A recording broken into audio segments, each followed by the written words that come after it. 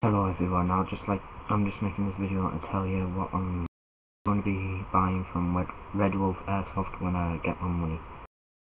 Buying 2 packets of 0.2 gram BBs, which is got 3,700 rounds in each packet.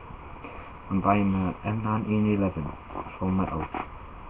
I'm getting two magazines from the M1911, 16 rounds magazines.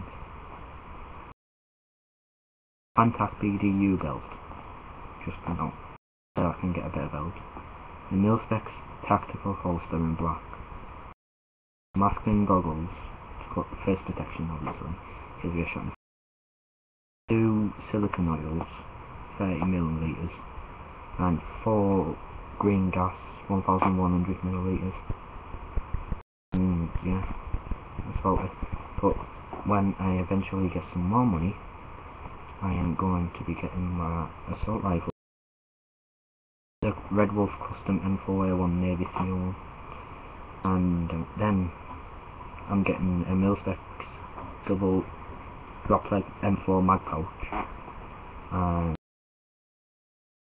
GMP 130 rounds mid cap M4 metal magazines, 10-piece box in the box.